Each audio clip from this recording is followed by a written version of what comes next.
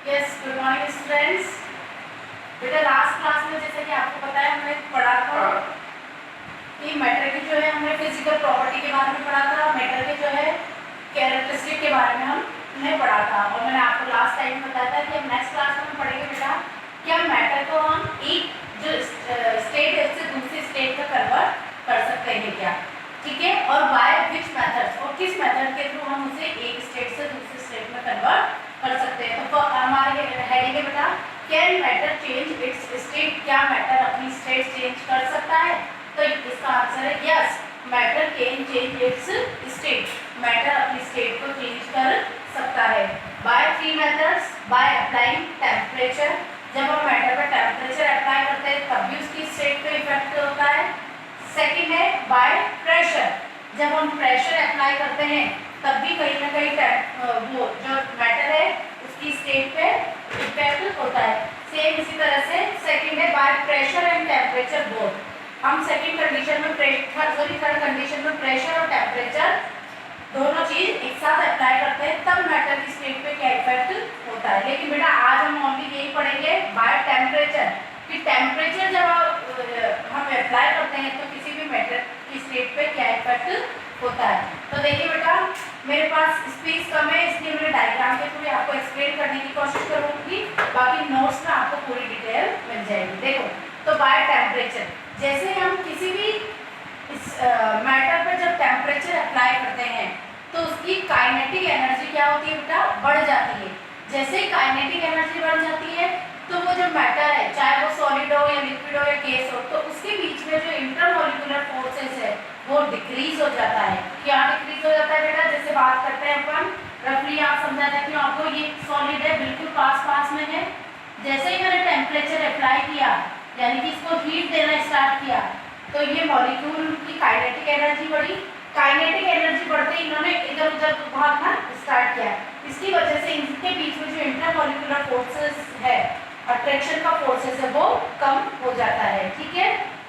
तो इसको मैं आपको सिंपल यानी कि टेम्परेचर से हम क्या कर सकते हैं, अगर सॉलिड स्टेट में कोई मैटर है तो हीट के थ्रू उसको किस में बदल रहे हैं बेटा, लिक्विड को, अगेन उसको हीट अप्लाई कर रहे हैं तो किस में कन्वर्ट हो रही है, गैस में।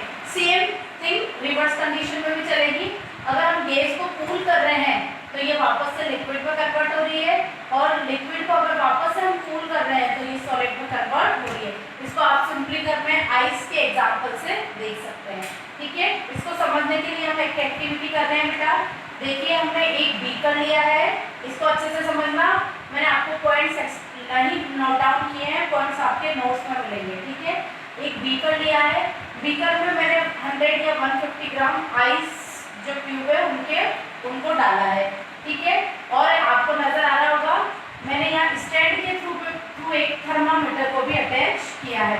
ये स्टैंड है, आपको पता है थर्मामीटर को जब बीकर में लगाऊंगी तो इधर उधर हिलेगा, इसलिए थर्मामीटर को उससे अटैच किया है। थर्मामीटर का बल्ब जो है बेटा वो बर्फ के कांटेक्ट में रहना चाहिए ताकि टेम्परेचर का भी पता लग सकते हैं। अब आपको पता है थर्मामीटर हमने अप्लाई किया है तो हम बस जस्ट देखना चाह रहे हैं कि क्या टेम्परेचर बढ़ेगा घटेगा, या टेम्परेचर कैसे, वो टेम्परेचर की वैल्यू जो है वो हम यहाँ से इसे मेजर करेंगे, ठीक है। और एक हमने रोड ले लिए, ग्लास रोड, जिसके थ्रू हम स्टीलिंग का काम करेंगे, ठीक है।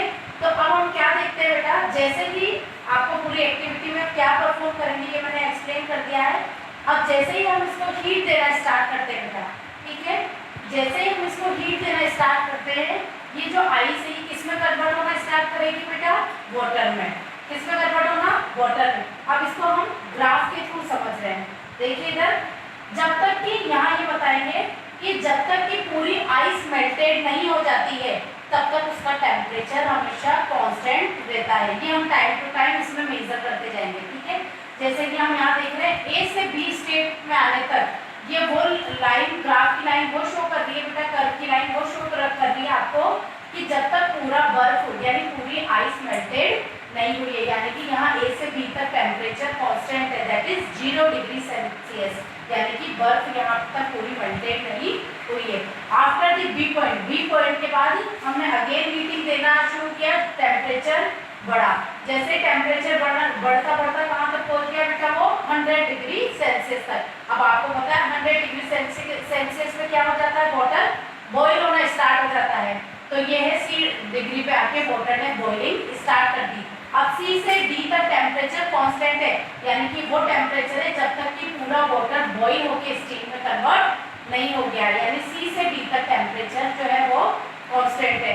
और D एक ऐसा पॉइंट है जहाँ पे आके पूरी वाटर जो है वो वेपर में कन्वर्ट हो गई है। ठीक है, ये हमने ग्राफ इसलिए डिजाइन किया है बेटा ताकि हमें टेम्परेचर का पता लग सके। तो यानी कि देखो इस एक्टिविटी से क्या चीज़ों की हम कंक्लूजन निकला, इससे ये कंक्लूजन निकला बेटा कि जब तक कि बर्फ यानी कि आइस पूरी मेल्टेड नहीं हो जाती तब तक भी उसका टेम्परेचर पूरा क्या होता है, कांस्टेंट रहता है। सेम इसी तरह से यानी जब तक कि बर्फ पानी में नहीं बदल जाती तब तक उसका टेम्परेचर कांस्टेंट रहता है। सेम इसी तरह से जब तक पानी पूरा वेपर में कन्वर्ट नहीं हो जाता है, वाटर पूरा वेपर में कन्वर्ट नहीं हो जाता है, तब तक भी उसका टेम्परेचर कांस्टेंट रहता है। तो वो टेम्परेचर जिसपे कि आइस मेल्टेड होना शुरू करती है that is known as melting point. ठीक है, and the temperature that water starts boiling is known as it's a boiling point या बॉइलिंग टेम्परेचर। ठीक है, आपको जनरली पता है जो आइस का मेल्टेड पॉइंट है दैट इज 0 डिग्री सेल्सियस और जो कि वाटर का बॉइलिंग पॉइंट है 100 degree Celsius. I think it is clear. ये एक्टिविटी आप सबको समझ में आ गई होगी। बस इस एक्टिविटी के थ्रू हम ये देखना चाह रहे हैं कि टेम्परेचर जब हम बढ़ा रहे हैं तो कैसे मैटर की स्टेट चेंज हो रही है या फिर ये कैसे कन्वर्ट हो रही है। ठीक है बेटा, अब हमारा नेक्स्ट हेडिंग आता है सब्लिमेशन। सब्लिमेशन क्यों आया इसमें? Sublimation it is a technique that is used for the purification of matter. Matter के प्यूरिफिकेशन के लिए भी हम इसे जनरली यूज करते हैं। Now question come is what is sublimation या when sublimation technique is used. ठीक है, तो सब्लिमेशन टेक्निक क्या है बेटा? Sublimation it is the process, ये एक प्रोसेस होता है जिसमें क्या होता है, सॉलिड जो है जब इसको हीटिंग की जाती है तो it is convert into vapour without changing into liquid state.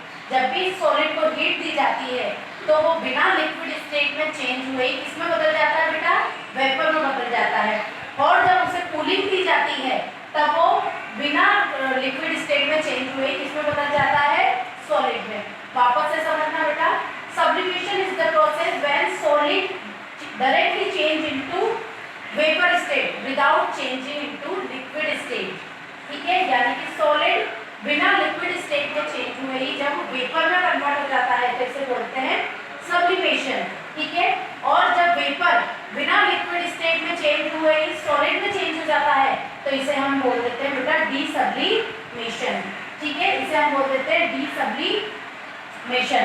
और जो सब्सटेंस हमें इस प्रोसेस के बाद मिलता है उसे हम जनरली बोल देते हैं सब्लिमेट। क्या बोल देते हैं? सब्लिमेट। देखो इसको आपने जनरली देखा होगा जैसे कि कपूर कैम्फर जो होता है, नेफ्थलीन बोल्स जो होती है, ये ऐसे सब्सटेंस है बेटा जो लिक्विड स्टेट में चेंज नहीं होते हैं, ये डायरेक्टली सॉलिड फॉर्म में दिखने को मिलेंगे आपको और डायरेक्ट वेपर में कन्वर्ट हो जाते हैं। तो इसको सब्लिमेशन ये प्यूरिफिकेशन की एक टेक्निक है। तो इसको समझने के लिए हम प्रैक्टिकल कर रहे हैं बेटा। सेम यहाँ भी मैं आपको डायग्राम के थ्रू एक्सप्लेन करूँगी because I have a less space to write, that's why.